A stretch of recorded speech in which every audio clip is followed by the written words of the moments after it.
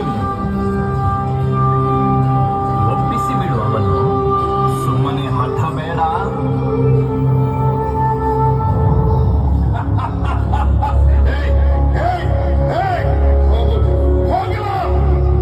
ರೆಕ್ಕೆ ಪಡೆದುಕೊಂಡು ಹಾಯಾಗಿ ಈಜಾಡಿಕೋ.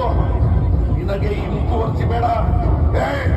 ತೊಲಗಿಲ್ಲಿಂದ ತೊಲಗು.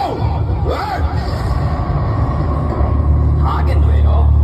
ಸರಿ, ಹಾಗಾದರೆ ಮನ್ವಂತರವೊಂದು ಮುಕ್ತಾಯಗೊಳ್ಳುವ ಕಾಲ ಸನ್ನಿಹಿತವಾಗಿದೆ. ಮನುವಿನ ಪುನರ್ಜನನದಿಂದ ಪ್ರಳಯ ನಂತರವೂ ಪ್ರಪಂಚಕ್ಕೆ ಜ್ಞಾನ ಪ್ರಸಾರವಾಗಲು ಈ ವೇದಗಳೇ ಮೂಲಾಧಾರ. ಇನ್ನದಿದು ವಿನಾಶದ ಛಲ. ವೇದ ಸಂರಕ್ಷಣೆಗಾಗಿ ನಿನ್ನನ್ನು ಅಳಿಸುವುದೊಂದೇ ಸದ್ಯ ನನಗಿರುವ ಮಾರ್ಗ. ತಪಸ್ಸಿಗೆ ಮೂರ್ತನಾಗಿರುವ ನಿನ್ನಿಂದ ಜಗತ್ತಿನ ಜ್ಞಾನ ಶರೀರವನ್ನ ಉಳಿಸಬೇಕಾಗಿದೆ. ಒಳ್ಳೆಯ ಮಾತಿಗೆ ಶರಣಾಗದ ನಿನಗೆ ಮರಣವೊಂದೇ ಗತಿ. ಇದೋ ನಿನ್ನ ಅಳಿವಿಗೆ ಅಡಿ ಇಟ್ಟಿದ್ದೇನೆ.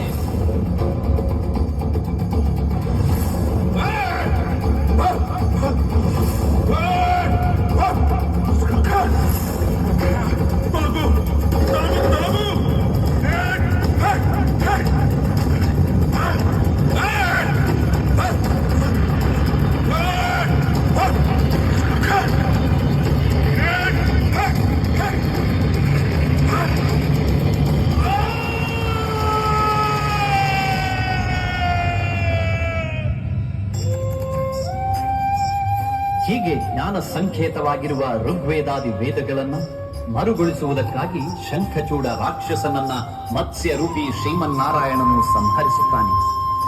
ಅವನ ಕೈವಶದಲ್ಲಿದ್ದ 4 ವೇದಗಳನ್ನು ಮರಳಿ ಗಳಿಸಿ ಚತುರ್ಮುಖನಾದ ಬ್ರಹ್ಮನಿಗೆ ಒಪ್ಪಿಸುತ್ತಾನೆ. ಕೆಲ ದಿನಗಳಲ್ಲೇ ಜಲಪ್ರಳಯ ಸಂಭವಿಸುತ್ತದೆ. ಭೂಚರಾಚರಗಳನ್ನು ತುಂಬಿಕೊಂಡ ಹಡಗೊಂದನ್ನು ಜತನದಿಂದ ಕಾಪಾಡಿಕೊಂಡು ಮುಂದಿನ ಮನ್ವಂತರಕ್ಕೆ ದಾಟಿಸುತ್ತಾನೆ. ಕರುಣಾಳು ಶ್ರೀಹರಿಯು ಪ್ರಳಯೋತ್ತರದಲ್ಲಿ ಹೊಸ ಜೀವ ಸೃಷ್ಟಿಗೆ ಅವಕಾಶ ಮಾಡಿಕೊಡುತ್ತಾನೆ. ವಿನೂತನ ಮನುಕುಲವು ಶುಭಾರಂಭಗೊಳ್ಳುತ್ತದೆ. ದುಷ್ಟ ಕುಲಾಂತಕ ತ್ರೈಲೋಕವಂದ್ಯ ಶ್ರೀಮನ್ನಾರಾಯಣನ ಜ್ಞಾನ ಸಂರಕ್ಷಣೆಯ ಪುನಃ